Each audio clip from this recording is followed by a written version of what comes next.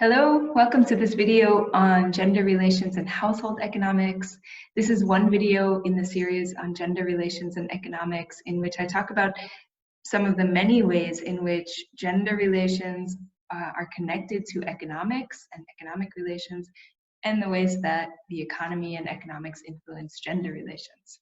My name is Alyssa Schneebaum. I'm an economist with training in women, gender, and sexuality studies, and much of my research and teaching revolves around these issues. So today we're going to talk about gender relations and household economics. There are 5 main things to talk about today.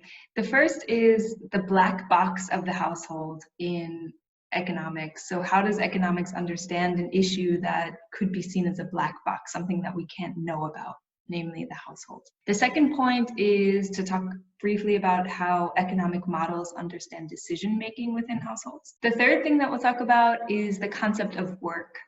There is another video in this series on gender relations and the labor market, but it's important to talk about work in the context of household economics because the work that's done in the household is very different than the work that's done on labor markets, not least in how it's compensated. The fourth thing we'll talk about today is care as a good, as an economic good. There are some very interesting characteristics of care that make it interesting to understand from an economic point of view. And the fifth and final thing we'll talk about today are some of the results of doing care work. What are some of the economic outcomes of care work? So the first thing is just some background, the household as a black box and what that means for economics. A black box is something you can't see through, you can't know what's going on inside of it. A lot of economists think of households as black boxes exactly because we don't know what's going on inside of them. We often don't know about the preferences of the people inside of them. We don't know about the processes that lead to decision making in households. So these things are hidden from us, they're invisible. A lot of economists would also think about the households as a so-called private matter, something that shouldn't be or isn't the topic of academic investigation. You know, what's going on in a household is related only to the people who are in it, and so not something that economists should be interested in. Of course, not all economists think that way, but enough do that we are indeed missing a lot of information about what's happening in households. A key reason why we're missing so much information about what's happening in households is because we haven't had a lot of data to help us unpack and understand what's going on in households. One great example of an exception to this rule is a survey from EU-SILC in 2010. EU-SILC is the European Union Survey on Income and Living Conditions. And in 2010, they had a special module on household decision-making where you could see for different types of decisions who in the household said that they were the ones making the decisions. I have a working paper with Catalina Mara in which we look at these data, and what we find is that across European households, so this is in many different countries, pretty consistently, although there are country differences, most different sex couples say that they make decisions together, most decisions together. But when there are gender differences, there are really interesting patterns. Decisions about financial issues and about savings, those are when one person makes those decisions alone, those decisions are much more likely to be made by the men. And when there are decisions about spending on children or on everyday purchases, those decisions are more likely to be made alone by the woman. So again, most of these couples say that they make all of these decisions together, but when there are gender differences, those are the fields that they come in. This is not surprising when we think about gender norms, but it's interesting to see that even in the context of a survey like this, where you have respondent bias, where people very often on surveys want to show how egalitarian they are, even in that context, people are saying, no, the woman makes a decision about households and children, and the man makes a decision about finances. The second thing to talk about is how households make decisions. In economics, when we talk about how anybody makes a decision, be it individuals or households or firms, then the way to approach this question is by maximizing a utility function. In the case of firms, it's maximizing profit. When we talk about households, that's very often how economists have talked about households as well. They think about households as having a utility function that needs to be or ought to be optimized. Right? For a very long time in this literature, these utility functions of households were so-called unitary utility functions. These unitary models basically had one set of preferences for a whole household that was then optimized. That was going on for decades. Within that time, in the 60s, Gary Becker, a Nobel Prize winning economist, or the equivalent of a Nobel Prize in economics, had this idea of saying, hey, yeah, you know, it's true. There are different people in households and different people have different preferences. And so maybe it's not great that, you know, we're thinking about households as having one set of preferences.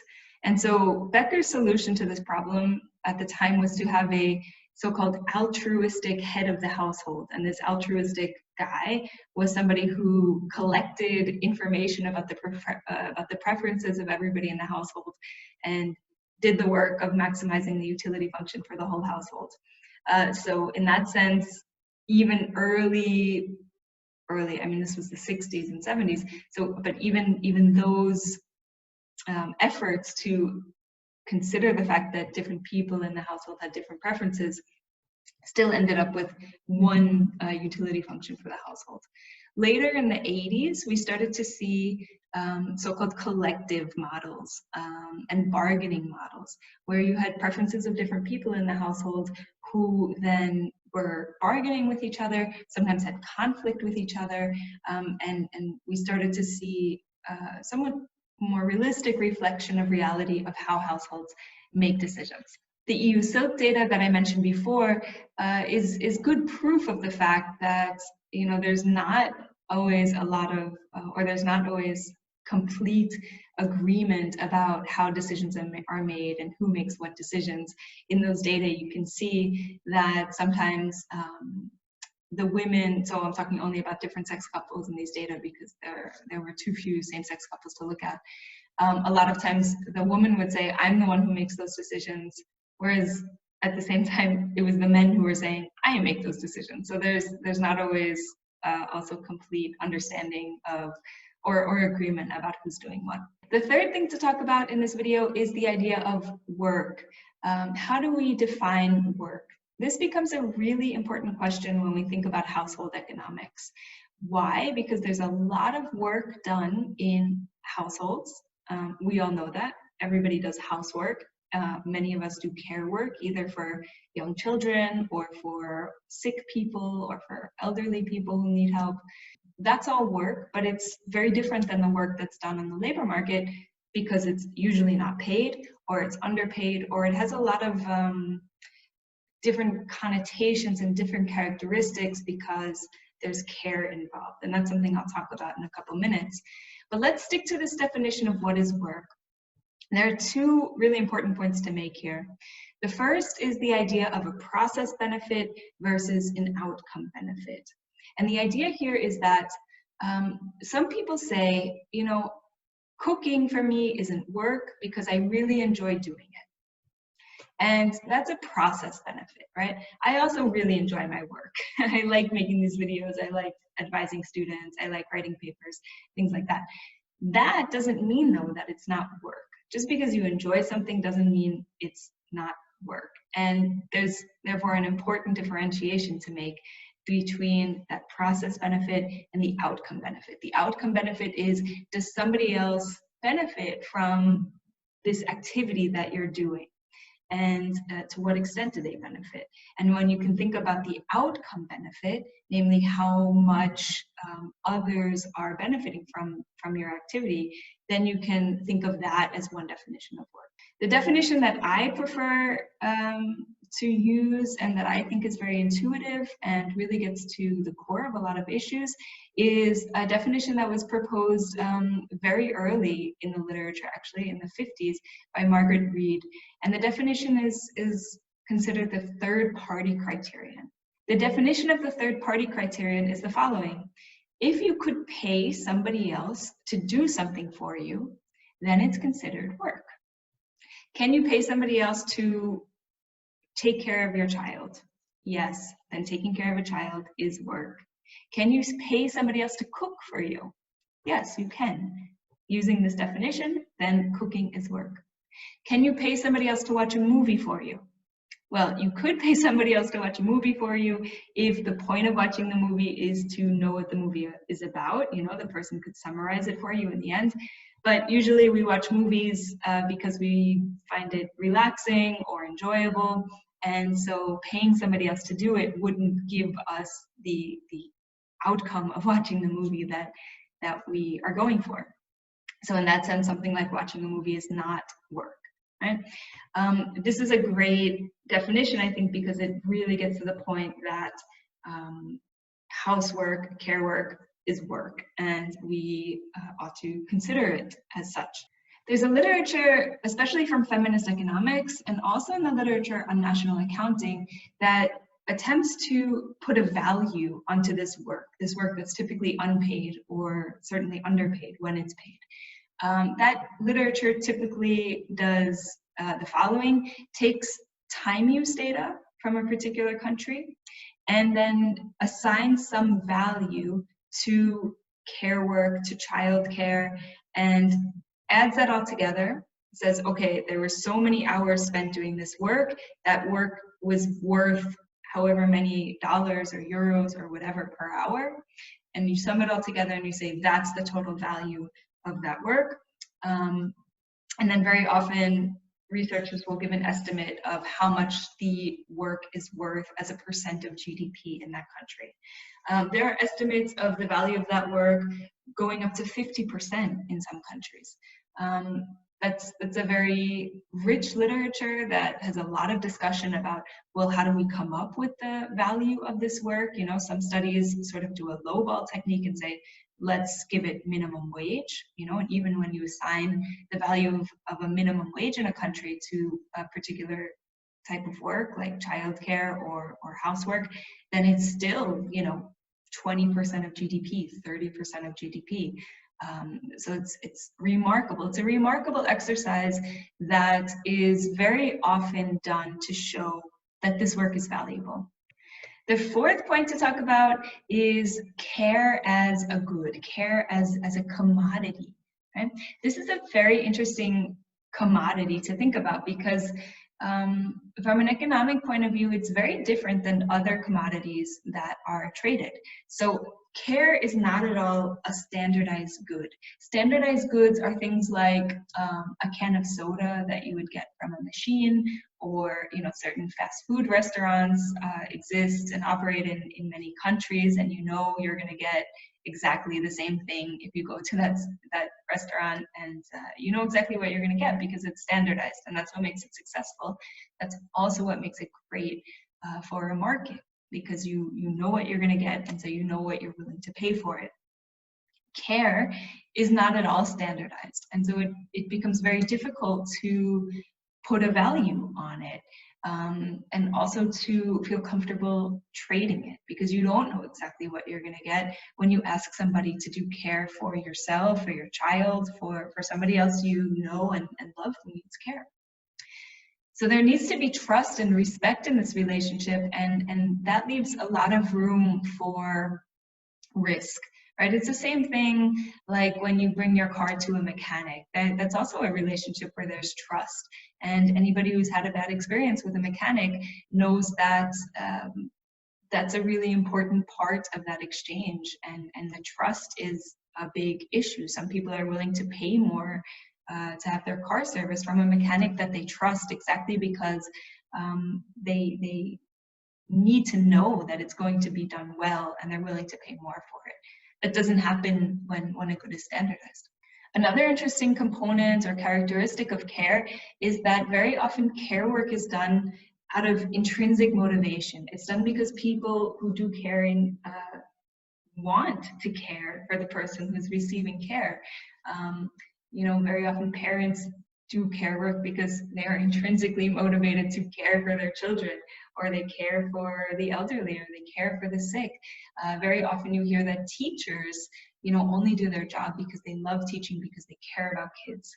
So that also makes care difficult to value in a lot of ways. One element of this conversation or this consideration is that a lot of people, I don't know a lot, some people say, I don't know if it's a lot, but I've heard some people say that care work or work that entails care, so things like teachers or nurses, that work should be paid less, exactly because they want people who are intrinsically motivated to do the work, who do care about the people so much that they would do the work even though it's low paid. And so paying it lower sort of filters out the people who don't care very much about the people. So that's an argument that some people bring into this conversation. You can decide for yourself what you think about it. Another aspect that comes up when we think about the intrinsic motivation of care work is that it means that the workers, the people giving the care, have less bargaining power. You know, they're not going to go on strike if they're caring for somebody, exactly because care means that you take care of the person kind of no matter what, you know. You're not just going to stop and say, I quit. You're not going to stop and say, I'm going on strike until either I get paid more or until the person behaves better or behaves differently or whatever, you know. There's just less bargaining power in a more standard job. You can say, a worker can say, I'm not going to do this work until the conditions change. There's much less room for negotiation in care work. Two more points to make about care as a good. One is a sort of broader social level question that I think everybody ought to be thinking about. For a very long time, care work was very closely aligned with gender norms. So it was almost always women doing care work, but that's changing. You know, that's changing in part because women are entering the labor force, or women have to enter the labor force in Western countries. Because norms are changing. Men are now more expected to do some care work. Notice I said some because I don't know of any country or any culture where men are expected to do most of the care work that's still associated with femininity. Laws are changing such that parental leave policies now are giving incentives for fathers to take time off to take care of their child, to take their paternity leave. So that all is changing. And the question is, well, that's good, right? Well, most people watching this video probably, and certainly I would say that that's good. But the question is then, how is society going to organize itself such that there is enough care being done? If women are doing less care because now they're more committed to the labor market than they were, you know, at another time in history, then who's going to do the care if the social norms of a country haven't changed enough to get men involved, if the laws of a country haven't changed enough to get men involved? Where is the care going to come from? That's a question that societies need to grapple with. Will it be provided by the state? Does it have to be organized privately in another way, through grandparents or networks, or, you know, what has to happen? One answer that has come up that we see happening empirically is the last thing that I want to talk about in this segment of the video, namely care chains, international care chains. One thing that's happening when women are spending more time in paid work is that they are organizing care work for their children, for example, through immigrant women. So it's immigrant women in many Western countries who are doing a lot of the care work and the housework for the native population, who's now going out and working more than they were in the past. But the question is, and this is the issue of care chains, who's taking care of the kids of the immigrant women? The issue is, we all need care. All societies need care. All little children need care. All sick people need care. And that care work has to be done, right? But when some populations go and take on more of the care work in another population, who's doing the care work in the initial population? So that's something that societies have to grapple with and try to figure out, where is the care work going to come from? The last point to talk about is the outcomes for the people doing caring work and household work. So what does that mean economically for the people doing that work? The first is, of course, you have direct costs. So if you take on the responsibility to care, let's say for a child, obviously there are direct costs. You have to buy diapers, you have to buy clothes, you have to have more space. So there are direct costs that are associated with caring work. There are also indirect costs associated with caring work. So the opportunity cost of not doing something else. Every hour that you spend taking care of a sick person, if that's not your job, is an hour that you could have been working on the labor market, earning some money. Another cost of caring is loss of return to human capital investments. So if a person takes on more caring work, and to do so, they reduce how much time they spend on the labor market, either by leaving the labor market completely or by working part-time, then the returns to whatever human capital they've accumulated up to that point will go down. Leaving the labor market for any amount of time diminishes returns to human capital investments, and working part-time also does that, because part-time work is typically paid per hour less than full-time work. So there are those kinds of costs as well. Another kind of cost is if care work or housework is somebody's profession, that work is typically paid rather low. And so that's another direct cost of doing this kind of work. There's also labor market discrimination against people with caring responsibilities. So there are a lot of interesting studies showing direct discrimination against mothers, for example. There's a great correspondence study by Shelley Carell and others showing that when people who indicate that they're mothers apply for a job and they have the exact same qualifications as people who don't indicate that they're mothers, the mothers are much less likely to be called for an interview. So that's one of many different examples that we have of direct discrimination against mothers in particular. Finally, the last point to make here about outcomes for carers is an interesting phenomenon called pink-collar jobs. So surely you've heard of white-collar jobs. Those are jobs that are typically done in offices. Blue-collar jobs are jobs that typically require hard manual labor. And they're called blue-collar jobs often because they are done by men. And then there's another category called pink-collar jobs. And those jobs have their name because those are jobs that are typically done by women. So secretaries, teachers, child care workers, those are typically categorized as pink-collar jobs.